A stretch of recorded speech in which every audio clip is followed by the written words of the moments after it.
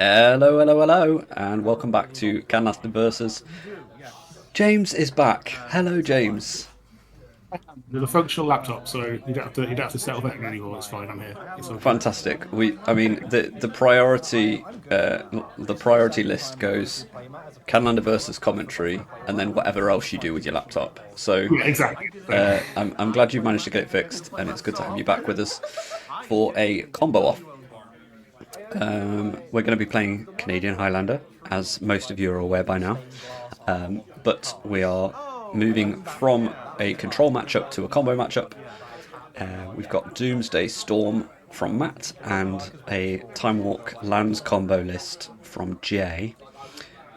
Do you want to talk us through Jay's list, if you can? yes. Because I wouldn't have a clue.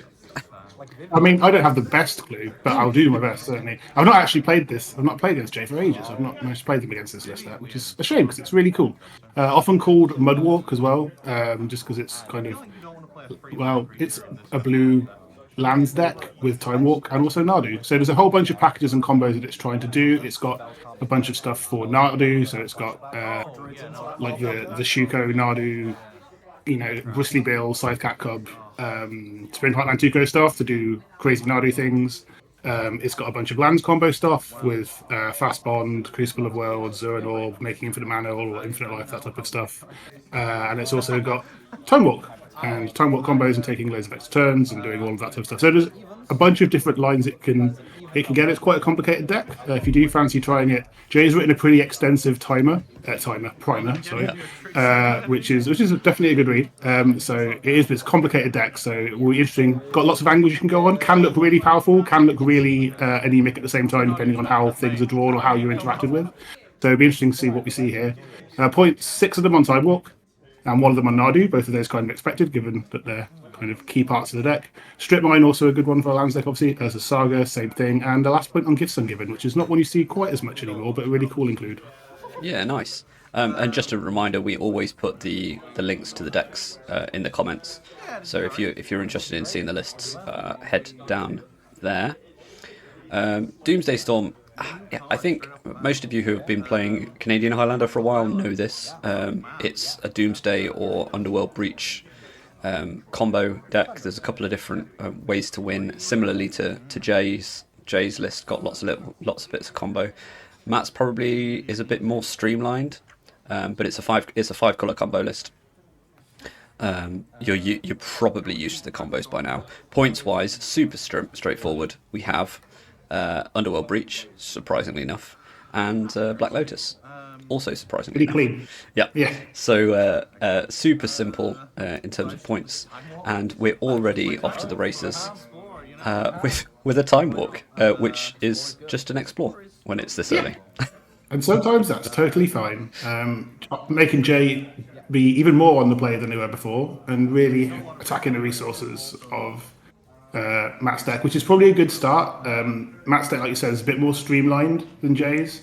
I'm not 100%, but I would imagine it would be able to assemble the combo a bit more cleanly than Jay's deck will a lot of the time. So, Yeah, like, if you were getting to ahead. if you were to ask like which one of these is going to get to combo quicker when goldfishing, it's certainly going to be Matt, Yeah. more reliably at least. But yeah, Yeah, and he like just this extra turn plus strip mine is pretty strong. That's a good start. And you just heard Jay being a bit sad as they remembered that the AY might that they wanted to get, although it has a green mana symbol on its card and can only put in your green commander decks, cannot be got off a green Sun Zenith. Haywire might really powerful against Doomsday Storm. Basically, as long as that's on the battlefield, just shutting off Underworld Breach and that entire half of the combo. So that would have been a really good one to get here. Unfortunately, I'll say Green Suns doesn't get that, but Elvish Reclaim is still a good one. You can get a bunch of relevant lands to interact with, not only interact with what Matt's doing, but also for Jay to try and push their own agenda and try and get their combo along the line as well. So still a really good turns 2 and 3 there from Jay. Yeah, and maybe Elvish Reclaimer is the choice, but really interesting to see that Deathwhite Shaman's not actually in this list, and Right. that is quite a good card against Matt's deck also, to be able to pull apart Graveyard, considering some of the combos that he's trying to assemble. It is graveyard stuff. Yes, in things like Scavenging Ooze and stuff are good cards to have against Matt as well, just for that kind of really pinpoint trying to take out the key elements. There's some tension because depending on what card you're trying to exile, there is obviously priority will go back to Matt before. So, for example, if you were to crack Black Lotus with Breach out, you're going to get priority to recast the Lotus as long as you have 3 cards before it can be exiled. But that's there is some limit there, but there's also a lot of times when you can really get mess up with Matt's graveyard, and that half of the deck really does want the graveyard a lot. The Doomsday combo slightly less so, but still, graveyard is really relevant for Matt's point. Yeah, I think disruption from Jay ought to be more preventative than reactive. I would suggest against some of those lines. That's probably fair. Yeah. But yeah, I think if I would I have no idea how to build this kind of lands combo, although I've given it a go. with something, it's not really similar, but it's a combo deck that's got lands shenanigans going on. Already quite a big graveyard there, and fairly scary one for a for potential storm lines. Yeah, looting and preordain in there, getting big as well. I think Matt might have missed a land drop here. I think the Mesa was played last turn, and there wasn't one got off the looting, which is really unfortunate after a strip mine. I might have got that wrong. I think that's what just happened. Maybe I've got that wrong. Maybe no, I don't think that's right. I've got that wrong. That's me being stupid. Carry on. Ignore me. You're allowed. It's often a good idea anyway. You might have been right, but you're also stupid. So yeah, that's fair. That's fair. And my cat has come to say hello. Not now, thank you, cat. Off we go. So, Hobby's Reclaimer going to work already. Yeah, so we've got to see what Jay thinks the best land in their deck is to kind of either say. Be interesting to see whether gone past the Saga, which is obviously a good one, pointed one. Strip Mine's already gone, so let's see what they go for as a waster. Is that a Bazooka Bog? Well, Bazooka Bog was a cool one. I like it. That was a scary graveyard. Get rid of it. Bazooka Bog. He's not in very play often I for see that in potential. Canlander. No, that's not a common one. Taps for one color. Comes in tapped. You really have to get stuff out of. You either have to be more consistently using it at key times rather than just making it as a land drop and trying to get a bit of value. So being able to get it kind of whenever you want with Reclaimer is kind of neat. Cards I'm not sure if I assume Jay is probably playing Knight of the Reliquary and those type of. Oh no, they're not. But those type of cards that maybe let you get lands instantly. Yeah. The crop rotation obviously springs to mind and things like that. Do give it more value, and it's probably an include on the back of the fact that we have a fair amount of graveyard relevant decks in our meta. So a lot of the combo decks do care about the graveyard, reusing stuff. But a bunch of the mid-range and control decks do, right? There's people, we've got a couple of people playing Delirium or very Delirium focused. We've got the Hazel's Depths deck. Jeffrey's usually on some form of Delirium. There's a bunch of control decks that want to dig through time and about Oculus and Murktide Regent. So if you can snap off those graveyards quick and early, it's still got good relevance. So it's a cool include. You can see it doing a bit of work already here. Yeah, and I'm not aware of other I only really know this meta. So I don't know how relevant Graveyard Hate is in other metas, but it's certainly. So historically we've been referred to as a bit of a mid-range slop meta. I don't think that's necessarily the case anymore, or at the moment. But we still have a couple of Abzan lists flying around all the time. There's a lot more control, and combo going on more recently. Yeah.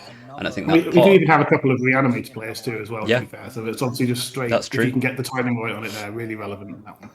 Making me think maybe I should be changing my list to add a little bit more Graveyard Hate, because I don't think I've got that much of it in most of mine. Yeah, it's why things like Ghost Vacuum are so easy to include, because they're just they just pick things off so quickly for such a little mana value, and you might end up with a board full of 1/1s, admittedly, but relevant 1/1s later. Although Matt doing a really, really good job of filling the bin right back up again after that Bazooka Bog. So brainstorm, fetching, careful study, doing the work. So is that Tendrils in the bin? What's that? What's the black card? Maybe that's not Tendrils. I think that's Infernal Tutor. Okay, yeah. I think it's just the one that lets you DT if you've got no cards in hand. I think. Yep. Ooh. So Trade routes. yeah, this is a really interesting line. Jade not being super proactive, but being really disruptive. And eventually, like it is a bit of a tax. Jay really wants some kind of effect that lets them play more than one land, especially if there's going to be a Fabricate here, which is a scary card for probably a Lotus, I would imagine. Yeah. Well, just the mana advantage that Jay had gained from that early strip mine has now been lost. Yes. So we've got to explore time walk into strip mine, and then Bajuka Bog, bounce Bajuka Bog, replay Bajuka Bog. It against combo, you do need to disrupt. You need to stop Matt from going off, because at all times Matt is very close to just comboing off, and maybe it's right to do this, but it does seem quite painful as well, because Jay doesn't have like a clock. No, I mean this Reclaimer can eventually do some work, but it'll take a while for it to become a 3/4. So it depends what Jay can do with the rest of the mana. Like I say, an exploration or that type of just get an extra land off turn would be huge to try and like push back up again and make real good use of this trade routes, because trade routes is very powerful in like some unique situations. Well, not even that super unique. It's a very powerful card, but it's also like if you're just trying to play it fairly, it's quite low impact because it's hard to maximize the value you're getting off of it. And Matt's doing anything but playing fairly, right? Storm deck do not play fair. Black Lotus has just been put into hand, so exactly. So I think this is kind of the time when Jay probably wants to start either more proactively working towards their own combo or starting to try and just get a bit more pressure onto the board. Let's see what this Malevolent Rumble gets. I think there's a Spring Heart and Tuco there, which is... There's also a Mystic Sanctuary that's very sad right now with one island on board. That's a shame from Jay's point of view. But again, and this is a little bit of the tension, as it was some good cards there, but because Jay needs to kind of get going with mana, probably not worth Bajuka Bogging just to Fabricate. So they're very sensibly like just trying to progress mana in general. Be interesting to see if they get anything to do with the remaining 2 mana. Because that Spring Heart would have been a nice one to have, and the Cobra's an interesting one to lose as well. Those are both like powerful cards for the lands portion of Jay's deck. So I have to imagine they have a different plan to attack, but I don't know if perhaps they feel like they're maybe a little bit potentially far behind. Well, the grabbing of the Hedge Maze suggests that there's probably just not enough lands available to them. We just need to make sure that we've got lands. If we're going to be sacrificing playing lands per turn, then we need to make sure that we're hitting them. Yeah. World Map, one of the newest cards on display today. Look at that! Matt's picked it up just at the right time. Yeah, I feel like that would cost quite a lot of mana to get a non-basic, if memory serves. Yeah, three mana. There we go. So 3 mana, sacrifice it to search a library for a land, put it into hand, and then shuffle. Yeah, so that's not the fastest. It's quite slow, but there aren't that many ways to go and get any land. No. So World Map takes up a slot, and then Trade Routes is. I don't think I've seen it on the battlefield before. I don't think it's a very commonly used card, is it? But it's not. I don't want to describe it as a pet card of Jay's, because it is like a solid card that does have value. But it is definitely the kind of card that I would put into a list of ones I associate with Jay. This and Parallax Wave and. Nice! I like it. What's the weird that they really like? The one I can't remember what it's called now. Frostburn Weird or something. I can't remember. Anyway, there's a bunch of cards that Jay will freely admit are probably not quite good enough in general, but they really love. So they put in a lot of decks, and it's cool to see Trade. Yeah, no, that's good. It's good that people are doing that in the format and not just copying lists off people online. Having said that, feel free. We've got a Whale of the Forgotten, which is I was going to say also one of the newer cards, but LCI's a while ago now. I know, time flies. Oh dear. So Whale of the Forgotten was just used to look at the top 3 cards of the library and put one into hand and the rest into graveyard. That's Descend, not online. Yeah, and that's kind of a bit of the kind of the supportive cards in Matt's deck. There's a lot of kind of obviously the combo cards that are relevant there and digging for them, and a little bit of protection for when you're trying to do the combo, that type of stuff. But this is potentially scary. Yeah, Dark Ritual normally means something bad's about to happen. The Lotus. It looks like Matt's decided go time. Yeah. We do have an Elvish Reclaimer activation available on board. Yeah, I can't respond to that. It's a matter of building. But that is true. So, I'm trying to think what Jay can have to disrupt.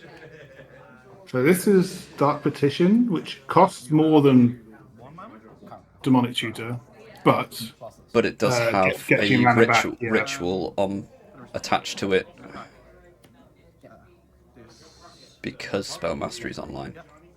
So there is a reactivation in response. Reactions to D&D term, not a Magic term, so that's not helpful. An activation in response. So Jay might have something to potentially interfere with the Spell Mastery here. That would be a really good line because it would leave Matt on. Yeah, so this is an Echoing Deep. Oh, love that. Yeah, copy the bog that Jay just sacked. That's a really cool line, really heads up play from Jay. I was wondering if it might be sack something else, get the Suva, but when they sacked the bog, I was like, well, that's clearly not the line. But they've incredible. So we've had game 1 with 3 bog. Yes.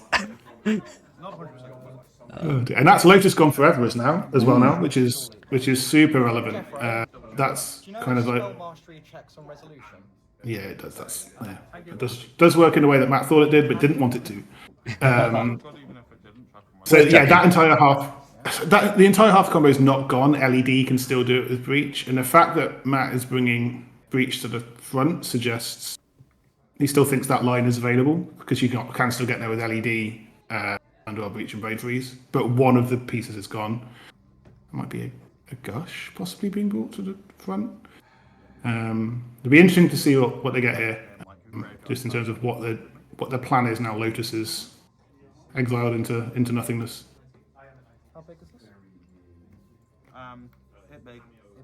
It's big, because I think that was a collective brutality Matt was looking at, which is not without relevance against the Reclaimer, because especially if Matt feels like they're on the back foot a bit now after losing the graveyard, I could see them wanting to take a little bit more of a defensive stance. And this might be a time when Jay feels like they can start to push. I've dealt with the turn that Matt was planning to combo off, and Lotus has gone forever type vibe. It's a really big decision here from Matt though, because essentially it's are we going reactive or are we going to continue to try to combo now? And to use a tutor to not try to get a combo seems crazy in this type of a list to me, but I can understand from the situation that we've just found ourselves, we're now finding ourselves in, that being reactive may well be. Is that a Chromatic Star being considered here? Yeah, there's all kinds of. It does look like a Chromatic Star. That was the choice. Wow. And this is one of the reasons I don't play combo decks, because I'm sure that's going to prove to be right in one way or another, and I'm like, what the hell have you just done, Matt? That makes no sense. Wow. That's super interesting. So we've essentially just tutored for a cantrip? In essence, yeah. But a cantrip that is 3 mana on the turn. A delayed. That you use it. Yeah. Delayed, important. That's not true at all. It's just a Chromatic Star. I don't need to give it another name. But that's the closest cantrip that exists to it, but still. Yeah, that's a super interesting get. Be interesting to see what Matt does with it, how they make the use of it. And again, this is an interesting turnaround back to Jay now, because they have to decide, right, I've done a bunch of disruption. Matt has 2 cards in hand by the look of it. Plenty of mana, but a Chromatic Star and 2 cards in hand is not super scary. Maybe it's about time I tried to do something. Hey Matt, if you're watching this, can you just put in the comments what the thought process was, because I'm really interested in that one. As somebody I know is very good at piloting combo decks, I'd be interested to hear your thoughts or read your thoughts. We now have Course of Kruphix, and we are moving. This is what you asked for. Yeah, a bit more pressure. The Glacial Chasm on top is a bit sad. Not really relevant in this matchup. No, that's dead. Yeah. And the life gain, of course, combos, I suppose. Yeah, life gain, of course, are not super important either, apart from the fact that it lets you not net life, but it lets you not lose life to the fast bond kind of combo. So, but the body is helpful. This is now potentially 5 points of damage a turn. So if Matt was trying to be more reactive again, my brain is not capable of comprehending what a chromatic star does here. Well, Chromatic Star's not reactive. Oh, wait, surely No, that's true. we know that that's the case. We've got a Moonsilver key in hand, and So that's a tutor for an LED, basically. That's what that is at that stage. I can't. Is that? Maybe Can't that's tell what the other Doomsday? That might be Doomsday. Ooh, okay. I think Matt's got a borderless, like, fancy version of Doomsday in their deck. That might be that one. It might just be. It kind of looks a bit like the Secret Lair Thoughtseize as well. It's hard to tell with these fancy versions of cards now. It might be. I'm not saying it is, but I vaguely recall that Matt's Doomsday looks a bit like that. Means that we might actually be a turn away from a win then. So so if Chromatic Star ends up being a delayed cantrip that allows you to draw into your Doomsday line. Yeah.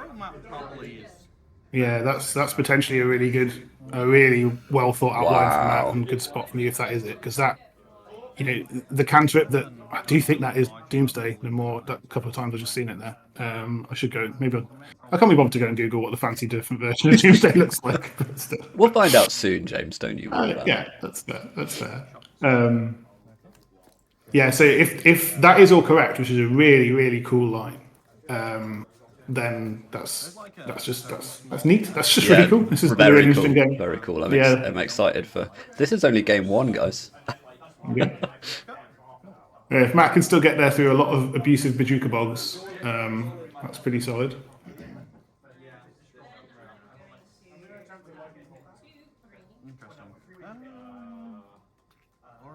That's an Oboro, which returns itself. Yeah, so it's just good if you've got lots of land drops. You can obviously abuse that quite a bit. Of course, prefix. Really broken that you can just gain a couple of life from an Oboro. I'm sure there are more broken combinations that you can find in the game of Magic, but as I've already alluded to, I am not au fait with. Well, it's good for if you do have fast bond and of course it's infinite landfall triggers. It doesn't make mana. Obviously, it needs to use itself to tap itself, but it lets you redo loads of landfall triggers. So. For black, return it to my hand. Yep.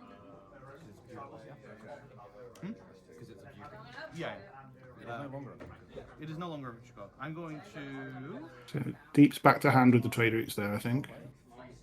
Need to look up how this fucking replacement effect works with Mystic Sanctuary. Oh, looking at Mystic Sanctuary. I think it will still enter tapped. I think Echoing Deeps will make it enter tapped, even though Jay has 3 islands, which is not really what Jay wants, I would imagine. Because Mystic Sanctuary does require the land to be the key thing for you to get the spell on top for Mystic Sanctuary is that the land is untapped.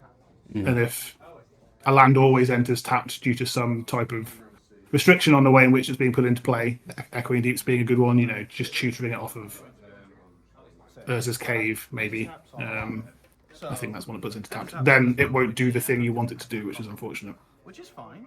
But that would have been a cool line to get the Time Walk back on top. Just buy a bit more time, because Matt's currently on 8. An extra turn here would put them down to 3. And if there's a way to take an extra turn. Yeah, still not quite enough, but I guess Jay's not far off from finding a win, which is why Jay's taking some time to figure this one out. Yeah, it looks like there's an Ephemerate in hand there. So there might be a way to start. You only need one extra. Well, you need, on the assumption that this would work, which unfortunately it doesn't. Ooh, Savine's that's a good one. Gonna run out of mana pretty quickly though. Yeah. But yeah, I think. Yeah, if you spend another mana with trade routes to get another draw step to get that back, you're running out of mana to do anything relevant with it. Oh my goodness! Did you hear that from Matt?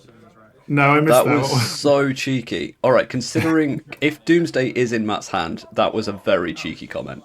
It was. Can we speed up a little bit because assuming I win game 2, I want there to be enough time for game 3. It's like you've got Right, to. We think you've got a win in hand, and you're. That's basically saying like, I think you're going to win. Can we speed up, please? Knowing it's almost like, hey, it's okay for you to tap out. And it looks like that's what Jay's done as well. Oh my word, that's so cheeky. Oh, is that okay? I mean, is it a gentle like reminder to play fast as always, play quicker? Oh yeah, not play yeah. fast, is obviously always fine. The encouragement to speed up is fully fair. Like Jay was taking a while on that turn, understandably, but taking a while. But to say because I'm going to lose this one, basically, when the win's in hand. Well, it might not be. I might not have seen Doomsday. Oh, we're about to find out. Oh no, we're not. Yeah. So Storm is 2, if that is relevant in any way. There we go. It was Doomsday. Oh my word. I mean, in Matt's defense, I don't think Jay was doing anything that turn anyway. So I think it, like what Matt said, is utterly irrelevant, even if you were to think it was a bit too cheeky. But still, Yeah. If I were in Jay's spot, I would be thinking, oh, in that case, I'm probably safe to be tapping out, even if it is subconsciously. But yeah, anyway. No, it's very, very close. I'm not sure there were many more things that could have prevented. There was much that Jay could have done to prevent. Yeah, but it's just because Elvish Reclaimer. Yeah, I'm just trying to look through the deck. If there's a, I don't know. It just doesn't look like there is. Fair enough. Still, cool game, really cool game. As we go into game 2, right? Here's a quiz for you as we move on. What do you think the newest card is in both of these decks? There is one card from Edge of Eternities. Oh god, it'd be Ice-Till Explorer in Jay's deck. You got it. I'm 99 on that. What Yep. the heck is going to be the newest card in Matt's deck? That one's a bit more difficult. It'll be some kind of weird common that does something strange that I wasn't aware of. I don't know. Is the honest answer. So, which came first? It was, I think, so Duskmourn is actually the most recent card in Matt's list. So we've got a couple of options. A Verge doesn't really count as far as I'm concerned. So the newest then would be Demonic Council, I believe. So I don't think that's right, because I think they've got the Strictly Better Ransack the Lab from Final Fantasy in here. Oh, really? Resentful Revelation. I was trying to think of a card from Edge of Eternities, but I think they're playing Resentful Revelation. Have you found it? Yeah, I have. Oh, nice. All Because right. I remember seeing them cast it and being like, oh, that's cool. Yes. Okay, sweet.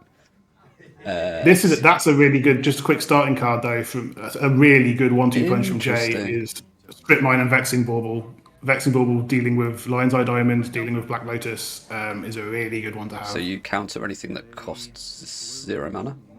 Yeah, if 0 mana is spent to cast a spell, counter it. So it also deals with Evoke Solitudes, Force of Wills, those types of things. But Lotus and LED being the 2 really clutch gets from Matt's deck. That's a cool bauble. As both players start off game 2 with just a load of little artifacts. Yeah, I think there might be a Ponder or a Preordain. Preordain. In someone's Preordain. It does similar stuff in the loops. It's just like infinitely more expensive than the other ones, so it isn't sad. I'm not sure why there's a Noble Hierarch on it. Maybe Jay is It's casting one. There we go. Yeah. It's here. It's here. There we go. Not a fan of the amount of shit you have in there. There is a lot of permanents on Matt's board, despite the fact that one of them was strip mined.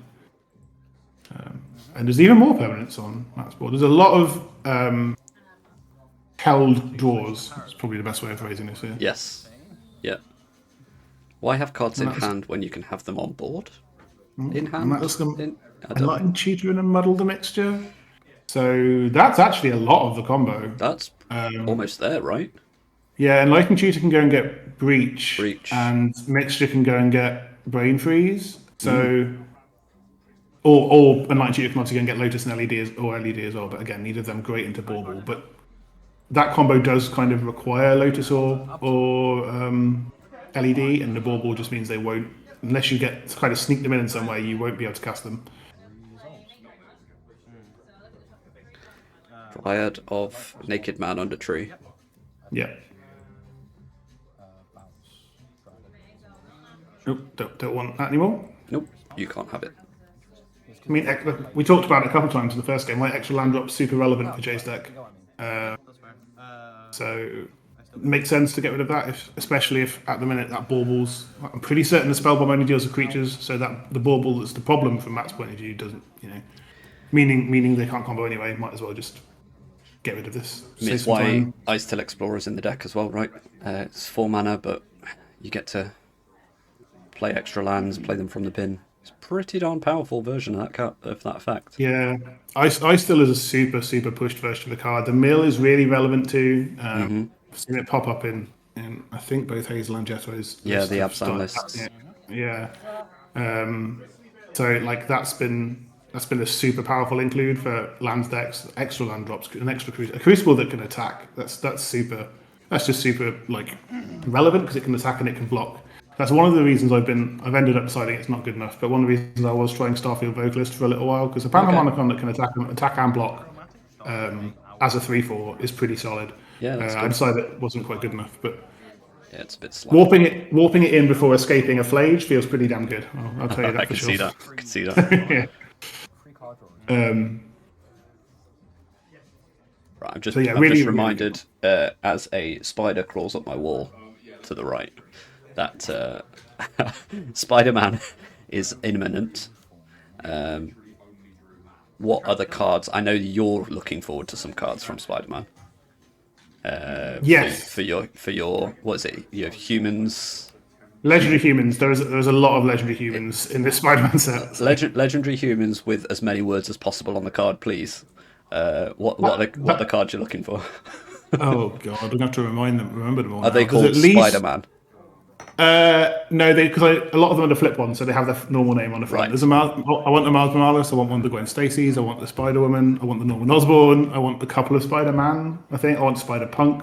There's a lot of them. Like, there's just so many good 2 and 3 drop legendary humans if you're going that route. So there's a lot of them there.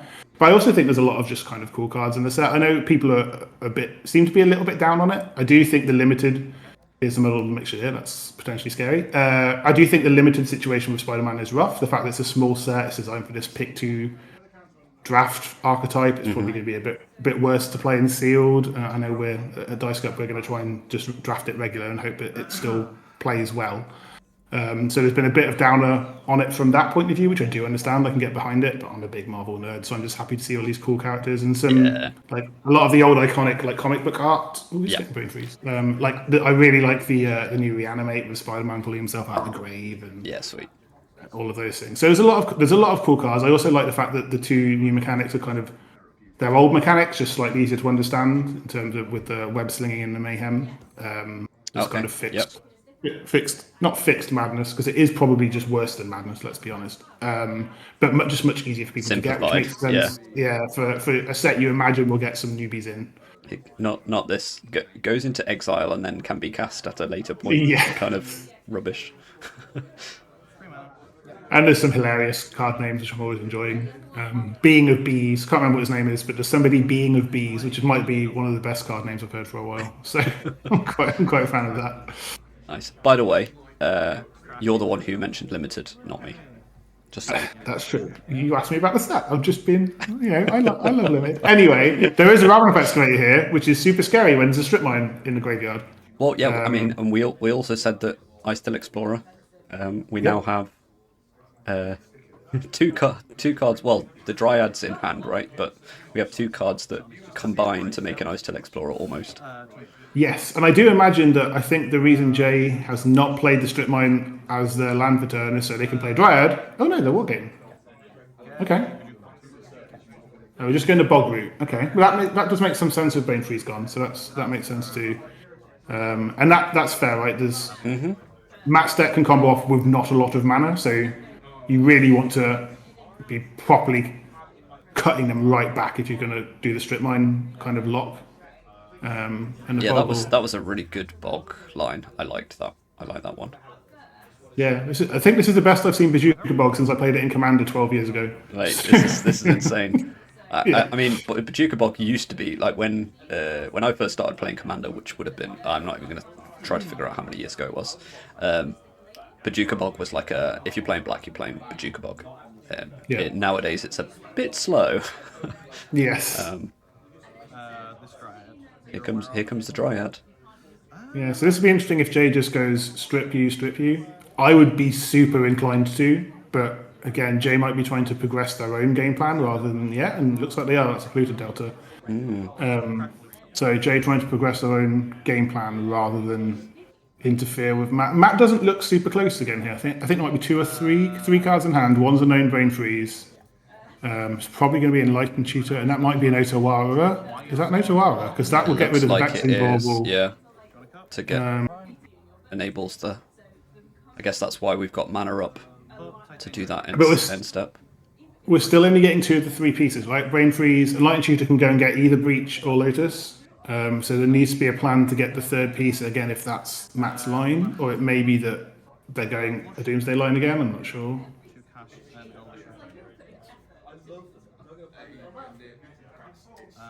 I'm going to attack. It looks like Jay completely not on the strip mine new plan at all. Maybe just kind of pushing. Here comes the ritual effects Otawara. and sort of things. Nothing says I'm planning to combo up like Otawara-ing. Yes. This thing that costs 1 mana. I mean, I guess I'm going to draw a card, but I'm probably dead. Yeah, yeah. That's what I said. And that's somewhere where being a bit more defensive with the strip mine might have ended up being relevant. Would it? Because you still respond. Yeah, to but yeah, I guess they're on fewer manas. And you've got mana up, so you can replay the Vexing Bauble if it just gets bounced. Interesting. Yes. Okay. Yeah, that would have been a better line. Yeah. Yeah, if you just strip them pre-combat main, you can. I mean, this is the closest I get to being degenerate is I quite enjoy strip mine locking people, even though I barely ever play those types of decks. So my brain goes to it very, very easily and doesn't take a lot of encouragement to be like, no, you don't get lands. I think I might be the only person in our meta who has a deck with Armageddon and Ravagers of War in it, for example. So. Yeah. Look, I love mass land destruction. I even tried to do it in Commander and got. I was going to say it's frowned upon is probably an understatement. People do not like it, even a little bit. Oh, is that a Fabricate? Start by casting Fabricate. Oh, what a draw! Did we just draw that? I think Matt just drew it off the star last turn, like it was a blind draw Fabricate, which just is huge, and that's just the combo. So this is. Yeah. That is a wild top deck. That is. So. Yeah. The reason I screwed up there with the mana. So yeah, that is the win they're now discussing. Oh, Shuko's there. I was gonna. Oh, so maybe Jay was trying to go for the Nadu line rather than. That's it. So Jay was actually at probably next turn. Was winning next turn, right? Most likely, yeah. Wow. Yeah, Very cool. and I can Very see cool game. their logic there as well about, we don't have that long left for a game 3, so I wanted to try and turn on the thing and be aggressive rather than just react. I can get behind that too as well. That makes sense. Sweet match. Thank you so much for joining us. And we will catch you next time. See you later, James. See you later, mate.